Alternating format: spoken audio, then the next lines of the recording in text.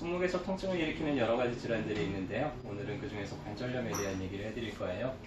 조금 연세 있으신 분이 손목이 아프다고 해서 왔을 때 손목에서 여러 가지 질환들이 나타날 수 있지만은 연세가 있으신 분들이 아프다고 하면 관절염도 한 번 정도 이제 의심을 해보게 되는데요. 일단 손목 관절은 이런 식으로 생겨 있어요. 팔뚝에 붙어 있는 요골하고 척골이 있고요. 그 다음에 손바닥을 이루고 있는 8개의 작은 뼈들이 손목 관절을 이루고 있습니다. 그리고 그 뼈들이 서로 자기 위치에 잘 고정되어 있도록 하기 위해서 여러 가지 크고 작은 인대들이 이 손목 주변을 둘러싸고 있고요. 그래서 평소에 좀 손을 많이 사용을 하는 분들, 반복적으로 작업을 많이 하는 분들, 특히나 또 연세 있으신 분들 중에서는 무릎이나 허리가 안 좋아서 앉았다 일어날 때 손을 계속 이렇게 꽉 짚으면서 이제 일어나는 분들이 있는데요. 그럴 때 이제 관절 쪽에 좀 문제가 생길 수가 있죠. 그래서 오늘은 손목 관절염이 어떤 종류들이 있고 또 어떻게 좀 관리를 해나가야 되는지 이런 거에 대해서 간단하게 얘기를 해드릴 거예요. 일단은 관절염이다 그럼 크게 두 가지예요. 거의 대부분은 퇴행성 관절염입니다. 많이 사용을 해가지고 관절들이 마모가 되면서 그러면서 이제 연골이 닳고 점점 이렇게 뼈 돌기가 자라나는 그런 종류고요. 그리고 또 하나 이제 관절염 중에서 하나는 이제 류마티스 관절염이 있죠. 자가면역 질환에 해당이 되고 상당히 급격하고 빠르게 진행이 되는데 보통 이제 노인성으로 생기는 것들은 퇴행성 관절염이고요.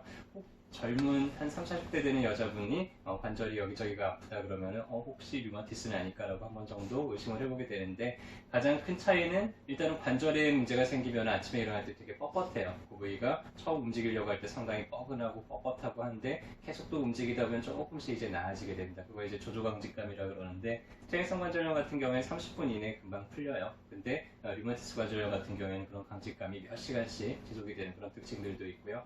그 다음에 염증이 아주 심하기 때문에 좀 많이 붓고 이런 특징들도 있고 류마티스 같은 경우에는 양쪽이 좀 대칭적으로 오는 그런 특징들이 있어요. 그래서 그런 걸로 좀 구별을 해볼 수가 있고요. 거의 대부분은 이제 퇴행성 관절염이 오게 되죠. 손목 사진을 찍어보면은 이제 퇴행성 여부를 판단을 할 수가 있고요. 이렇게 뼈들끼리 서로 좀 깨끗하게 이제 간격도 좀 벌어져 있고 이렇게 되는데 뼈끼리 이제 자꾸 부딪히다 보면은 뼈가 좀 울퉁불퉁해져요. 그리고 석회가 좀 끼게 되고 그 다음에 마진이 약간씩 이제 날카롭게 변해가기 시작을 합니다. 그래서 상당히 좀 지저분한 그런 모습들을 나타내게 되죠. 그래서 사진으로 어느 정도나 문제가 좀 심한지 그런 걸 평가해 볼 수도 있고요. 꼭 사진을 찍지 않더라도 몇 가지 특징으로 관절염 여부들을 우리가 알 수 있는데 가장 큰 거는 이제 운동 범위가 점점 감소한다는 거예요. 그래서 관절이 마모가 되다 보니까 관절이 원래 움직일 수 있는 범위가 점점 줄어들기 시작을 합니다.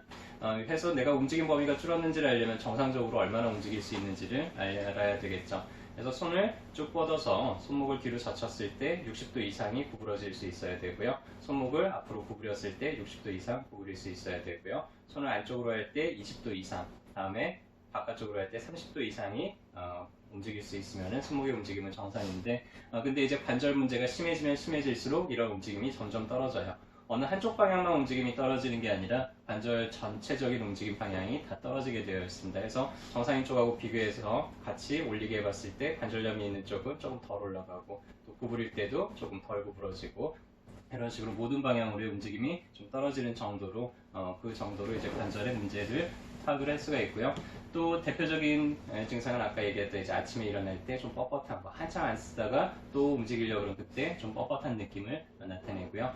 관절 라인 주변으로 이렇게 눌러봤을 때 관절 주변 라인 주변이 모두 다 좀 통증이 느껴지는 그런 식으로 이제 점점 진행이 됩니다. 더 진행이 될수록 이제 움직임 범위도 제한이 되고 더 심해지면은 이제 관절이 약간 모양이 변형이 되면서 좀 툭 튀어나온다든지 좀 삐뚤어진다든지 이런 모양들로 변해가죠. 일단은 퇴행성이라는 얘기는 낡았다는 얘기예요.